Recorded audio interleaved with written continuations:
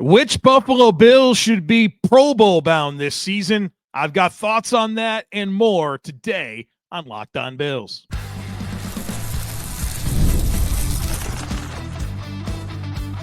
You are Locked On Bills, your daily Buffalo Bills podcast. Part of the Locked On Podcast Network, your team every day. What's up, Bills Mafia? It's Joe Marino, author of Go Bills and Buffalo's Run, also the co-host of the Locked On NFL Scouting Podcast, and I'm your host of Locked On Bills. Want to thank you for making Locked On Bills your first listen every day, and a big welcome and shout out to our everydayers. You know who you are. Those of you who never miss a single episode, I appreciate y'all being here very, very much. I'd also like to invite you to subscribe or follow for free on YouTube or wherever you listen to podcasts. We're part of the Locked On Podcast Network, your team every day. This episode is brought to you by Prize Picks. Go to prizepicks.com/LockedOnNFL and use code LockedOnNFL to win $50 instantly when you play $5. Well, folks, welcome in and Merry Christmas to you.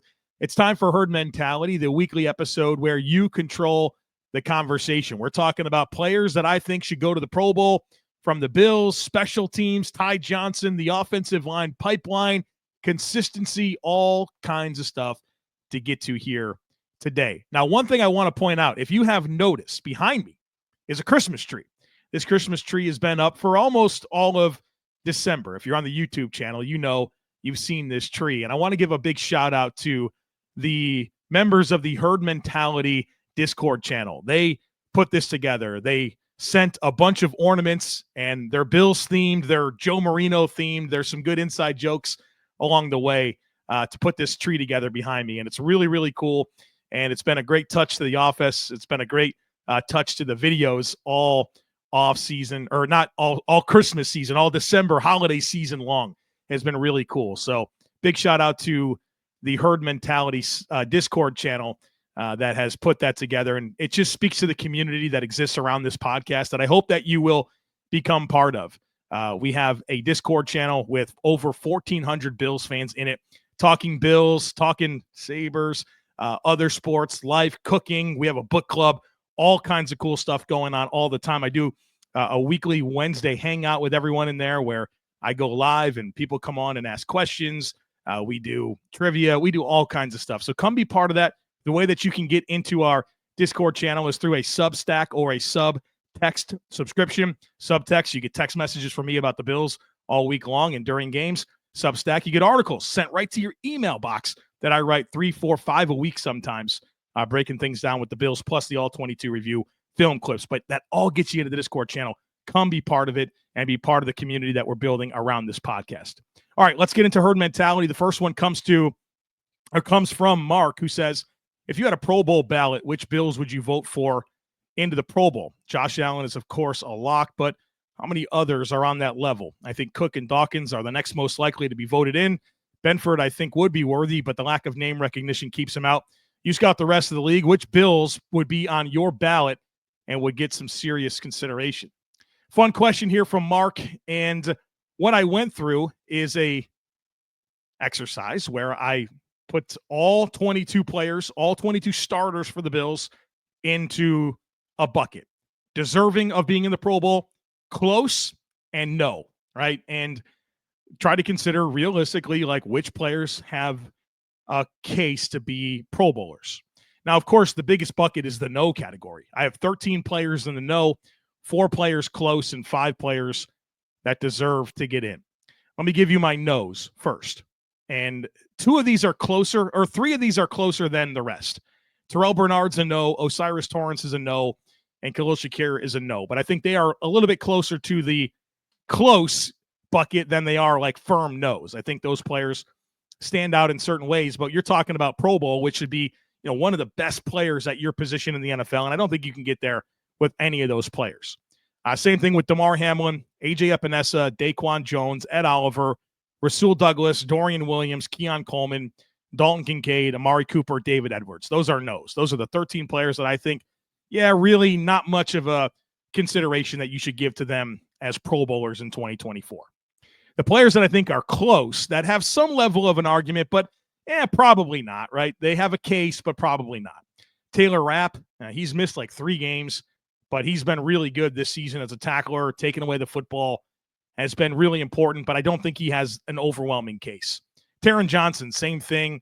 Big-time plays that he's made, but I don't know that he's been that consistent where you say, yep, definitely a Pro Bowler this year.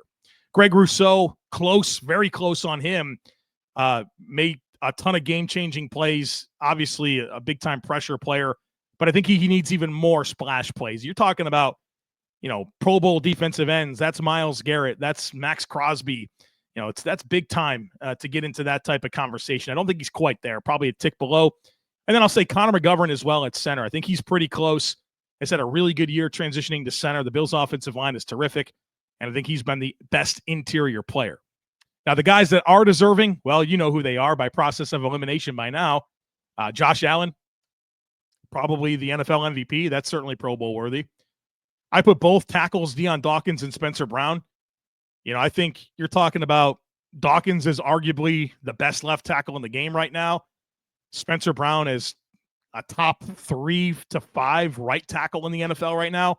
They play on an island. They're huge for how the Bills run the football, and they're part of this offensive line that has given up the least sacks in the NFL.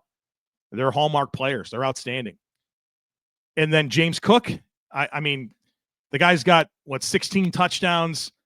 He's going to have another 1,500-yard scrimmage year. He's in. And then Josh Allen. I said Josh Allen. Christian Benford as well. Christian Benford's absolutely a Pro Bowl corner. Am I a little bit concerned that he won't get in? Yeah, but, I mean, the dude's been locked down all year in coverage. Big-time tackler, has made some game-changing plays. He's outstanding. He's playing at an extremely high level, and he absolutely deserves to be in the Pro Bowl. So the 5 guys for the Bills that I think should be Pro Bowlers: Christian Benford, Josh Allen, Dion Dawkins, Spencer Brown, and James Cook. Next one comes from Vin, who says, how was the offensive line, and in particular Connor McGovern, handled the switch from Morse to McGovern at the center position? I was concerned going into the season about the move. I don't have a trained eye like you, but it seems like, if anything, the line has improved. Yeah, it's a good question, Vin, and I think a lot of people shared in that concern, right? Bills' offensive line was really good in 2023, and then you're like, oh, well, now they're going to cut Mitch Morse and cut their best depth player in Ryan Bates and slide over Connor McGovern and put David Edwards in at left guard. Should they have done this? Well, it looks like that was one heck of a choice. I think it's going extremely well. I think Connor McGovern has really settled into that center position and is playing at a high level. And it took some time, right? Most things do. Remember in training camp when we're talking about snap issues? Has that been a problem at all this season? Nope, not even once I can remember. But the snapping piece has been really good. And then you saw the communication element really, really improve. Early on in the season, you heard me talk about, they got some communication issues. They're overloading some gaps, and they're getting free runners at Josh Allen, and it's kind of challenging. That is absolutely stabilized. And the Bills' ability to not only reduce pressure, but take advantage of their opportunities to win against pressure by having good communication and getting to the right spots has been really, really strong. I think Connor McGovern has absolutely stepped into this role and looks like the long-term answer at the center position. And I think it speaks to the overall offensive line pipeline that exists in Buffalo. It's a really good situation. Obviously, a good starter in every spot. I think you got 2 Pro Bowl tackles. I think you have an above-average starting center. I think you got 2 rock-solid guards in Edwards and Torrance. But I'm also excited about the depth. The Bills have really exciting young depth. Obviously, Alec Anderson and the role that he fills as a utility offensive lineman that plays a decent amount of snaps. But when he has to fill in for a couple plays here and there at guard, feel pretty good about him. And obviously, 5-position flexibility. He can play any spot up front. He's probably at his best at guard or center, but he can play tackle in a pinch. Ryan Vandemark, good-looking young player, has gotten a chance to play a little bit more this year, had a spot start, played well, stepped in a few times in games at both left and right tackle, and has made an impact. And he's a good-looking young developmental player with big-time tools. And both of those guys are exclusive rights free agents, so they're going to be back next year. And that's exciting to think about. Now, I don't think there's a starting job for either player, and that, maybe they deserve to be in that mix, but, really strong depth. Not to mention Cedric Van Pran-Granger, who was terrific in preseason as a draft pick this year, that I think, has starter makeup that at a minimum can provide some depth at both center and guard. And then Tylen Grable, who I might be the highest on him of any of the young offensive lineman I just mentioned. I thought he was exceptionally good in the preseason, especially as a 7th-round pick. And he initially won the swing tackle job over Vandemark. Got injured, and of course, that's kind of changed right now. But one thing that I keep saying is don't sleep on Tylen Grable at guard. He's got literally the same measurements as David Edwards in terms of height, weight, length, and he got some opportunities to play there in training camp. And, I don't know if David Edwards is a long-term answer for the Bills at left guard. I think he's a serviceable starter that you're fine with. But, if there's a big-time ceiling that they believe into with Grable, and that's the spot for him to get into the starting 5, don't rule it out. So there's some good things happening with this offensive line. The transition to McGovern has been really, really strong after they had some things to iron out, both in training camp and into the season. But this front 5 is good. The depth is good. Aaron Kromer's as good as it gets in terms of offensive line coaching.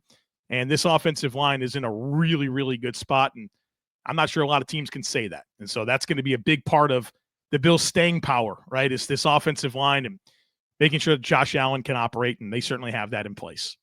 All right, folks, we got a bunch more to get to here, including some questions about the consistency of this team and a fun conversation about extending Ty Johnson.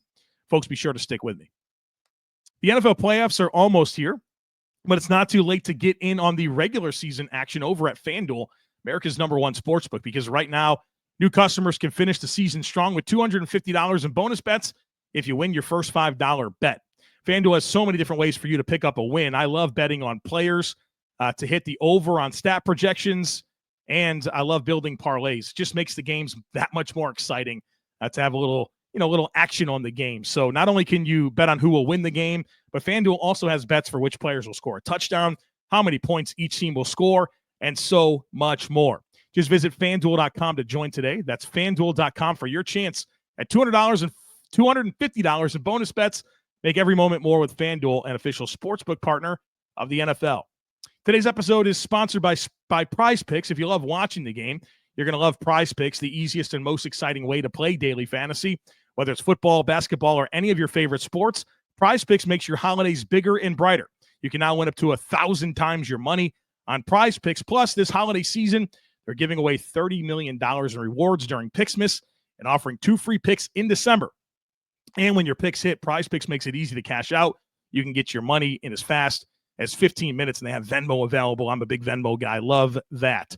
For the Christmas games on Wednesday, I'm looking at Derrick Henry, more than 1 rushing or receiving touchdown.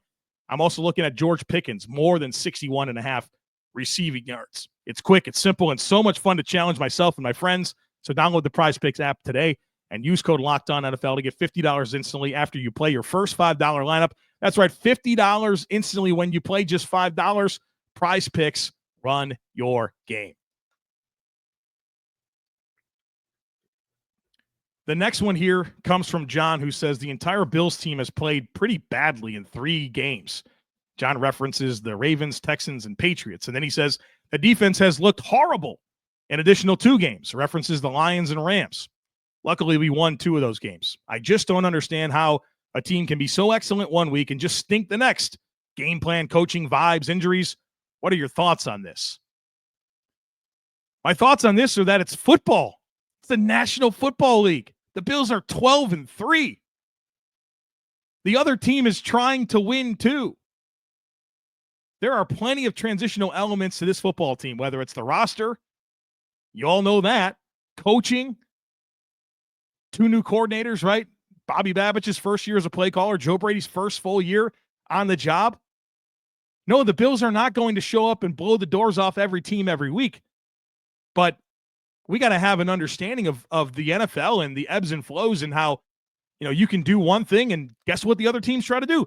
Figure out how to stop you from doing that thing. And then you got to figure out the next thing. It's this constant cycle. The Bills are 12-3. Ask anybody in the whole world. They'll tell you that the Bills are at least a top 5 team in the NFL, if not a top 3. Everything's not going to be dominant every single game. And if you pay attention to the NFL, that's obvious. The NFL has never been about one team that's amazing every single week showing up and mopping the floor with the other team. It's competitive. Everybody wants to win. Careers, jobs are on the line every single snap. It's not always going to go your way. But my goodness, most of the time, it goes the Bills' way. And they are capable of being dominant. but there's an opponent that wants to win and doesn't want to get smoked. It's the NFL. That's ball. That's ball. They're 12-3. Clearly one of the best teams in the National Football League that has a chance to go win the whole thing. Everything's not going to be perfect and dominant every single week. And you referenced 3 games where the Bills played pretty badly, the Ravens, Texans, and Patriots. Of course, Ravens and Texans are obvious. They still had a good chance to win that Texans game. The Patriots, I mean, the passing game was certainly off, but the rushing game was dominant. They got 3 big takeaways in the second half to win a football game. And tighten the screws. You look at all 3 of the Patriots scoring drives, they had major help along the way. The defense was bad against the Lions and Rams. Oh, I'm stunned. They're down 3 starters in the secondary in both games. I appreciate the question, but I feel like this is just not aligning with the norms of the NFL and how that applies to the Bills and certainly clearly one of the best teams in the National Football League. Chris says the regular season is starting to come to a close, and I'm already starting to wrap my head around what the Bills offseason may look like in terms of player movement and who they might re-sign and extend. My question for you is, what kind of market do you see for Ty Johnson this offseason? I think Ty Johnson has had a great season and brings tremendous value to the team in multiple roles. That being said, they still have James Cook and a recent draft pick and Ray Davis under contract next season, and running back is traditionally a position that is typically looked at as easy to replace. Is he a guy you think the Bills will prioritize bringing back? What kind of contract do you think he can command on the open market? And do you think the Bills would be looking at another 1-year deal, or do you think his level of play and value to the team might bring a multi-year contract? How much does the perceived undervalue of running backs and free agency play out into any decision made on Ty Johnson? Johnson's one of my favorite players on the team, so I'm biased, and I'd love to hear your thoughts on these questions. Josh Allen has recently been very open about his appreciation for Ty Johnson. He said to pretty much anyone who will listen that he thinks Ty Johnson's the best third down back in the NFL, and has talked about how they see the game the same way. That's pretty important when you think about the team's appetite for continuing with Ty Johnson. I think one of the best parts of the Bills' offense this year has been how they've incorporated all 3 backs, Cook, Davis, and Johnson. And Johnson's very important. He's the best pass blocking back, and he's become a really critical third down presence for Josh Allen. Oh, by the way, he's a good runner. He was the closer in the Patriots game. The Bills like Ty Johnson. And predictively, I do think he'll be back. And so what does that contract look like? Well, I look at some recent deals for players that I would look at running back that are veterans but fill important niche roles for their teams. Justice Hill with the Ravens just signed 2 years, $6 million. Jeff Wilson, maybe he hasn't quite filled the role expected, but 2 years, $6 million. Gus Edwards with the Chargers, 2 years, $6.5 million. Austin Eckler with the Commanders, 2 years, $8.4 million. Antonio Gibson with the Patriots, 3 years, $11 million. Jamal Williams signed that deal with the Saints after scoring 1 million touchdowns with the Lions, 3 years, $12 million. 3 years, $12 million. So you're seeing these deals come in at like $3 to $4 million a season. And I think that's where Ty Johnson will come in. I can see him getting 2 years, $7 million, something like that. And that wouldn't surprise me at all, in addition to his ability to play special teams. I think he'll be back. I think the deal will look something like that. And I think the interesting contract conversation to have at running back, which I'm not going to do right now, is James Cook and how that's how that's trending. And you could be talking about a $15 million a year running back. We'll save that for the offseason, though. Terry says, this season I have been reflecting a bit on this generation of Bills special teams versus the Super Bowl era teams. Levy was a huge proponent, and they had Tasker and Pike, and I do recall the special teams in that era and what seemed like being the difference in at least a couple wins every season. The current generation seems to contribute to a couple of losses each season. I know it's difficult comparing eras, but do you think this is largely a coaching emphasis, talent investment, or a little bit of both? Curious to your thoughts. Well, the Bills care a ton about special teams. They really do. They've been very deliberate about paying special teams players. Tyler Medikevich, Tywan Jones, Saron Neal, Reggie Gilliam. Now, some of those players are no longer around. They've had to transition away as the cap has become more restrictive, but they care a ton. The Bills are not a team that punts on special teams. I think that's why it's so disappointing that there are blunders and they're not very consistent. I think what's hard about this Bills' current special team situation is that the issues are not always the same. It's something different all the time. For a while, it was punting. For a little bit, it was Tyler Bass and kicking, field goal kicking. Kick coverage has been hit or miss, right? They've had blocked punts. They've had issues with too many players in the field or not enough players in the field. It's been something different all the time. And that makes it hard to really nail it down. But when all of it seems to be an issue at times, you probably look at the special teams coordinator and say, yeah, I don't think you're getting the most out of this group. And like I said with Matthew Smiley, best special teams unit in the NFL in year one. I think he was like 29th in year two. Year three was the year that we find out what's the truth. We found out the truth is that he's not very good. And so, of course, some of this falls on Sean McDermott as the head coach, but feels like most of it goes on Matthew Smiley. And if I'm Sean McDermott and I care about special teams the way that he talks about it, and he talks about being disciplined and winning on fourth down and all that stuff, well, put yourself in a better position to have a guy that you trust running your special teams. So I don't think it's a matter of emphasis. It feels like maybe there's some coaching that's not getting the most out of these players, and there's, inconsistency. But obviously that Bills team, I mean, in so many ways, those 90s Bills teams, a lot of special teams rules changes happen because of them. They certainly found a way to get an edge, and there's teams that still do. I think the Jets are a great example of a team that tries to find edges on special teams and has some success. The Chiefs do a decent job of that. The Lions are very good at that. So I think the Bills are trying. I don't think they've had the right special teams coordinators, and they went with some younger guys like Heath Farwell. It was his first year ever as a special teams coordinator. Matthew Smiley, this was his first opportunity to be a special teams coordinator. Maybe it's time to look at more of a more experienced guy for the role. Gadil asked me this: who are your favorite announcers in football, and which is your favorite network that streams them? It's a fun question. I think NBC has the best presentation of a football game. I know that not everybody loves Collinsworth and Tirico. I don't really listen to the announcers that much, especially during Bills games. I definitely don't listen to them. But when I watch other games, I'm a little bit more in tune to what they're saying. But the visuals that you get with NBC, they're second to none. I think they do a very good job of providing very consistent replays. Their camera angles are always very good. I think that they give you the best broadcast presentation of a football game visually. And I know Collinsworth, whatever. I get it. But their visual presentation is the best. I think Jim Nantz is exceptional on play-by-play. I think Kevin Burkhardt is exceptional on play-by-play. I think Kevin Harlan's really good on play-by-play. Ian Eagle is very good on play-by-play. All of them are people that I really enjoy. But the best commentator is Greg Olsen. It's not close. He's the best football commentator right now and maybe my favorite ever. He breaks it down at a high level, and he gets into complex stuff, and I think he does a good job of making it digestible for everybody.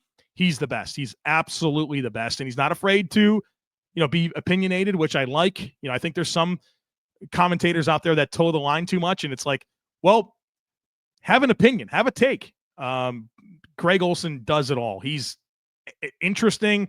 He's awesome. He's awesome. It's a real shame that Tom Brady stiff-armed Greg Olsen out of that lead role with Fox, because Greg's the best. He is the best. I think Dan Orlovsky does a good job too, but Greg's the best. Greg is the best. Now, if you want to get me started on the other side of this equation, we can save that for another day. All right, folks, thanks for being here. Merry Christmas to you. We get started with our Jets prep next. This is a Tuesday episode. It'll drop on Tuesday. This serves as your Wednesday episode. I want to get everything out as quickly as I can. I know with the holidays, people's listening habits might be, different. So just want to have it for you. Listen to it however it makes sense. Our next conversation, we get back on track. Crossover Thursday will drop very early Thursday morning, 4 a.m. Eastern time. It hits your audio feeds. 6 a.m. Eastern time, it hits the YouTube. So check out Crossover Thursday with Locked On Jets. Then our primer on Friday. Final thoughts on Saturday. And then the Bills play the Jets and look for that 13th win of the season, despite being a inconsistent football team. All right, folks, that's it. As always, I kindly ask that you share, subscribe, rate, and review. Have a great rest of your day. Go Bills, and I look forward to catching up with you again real soon.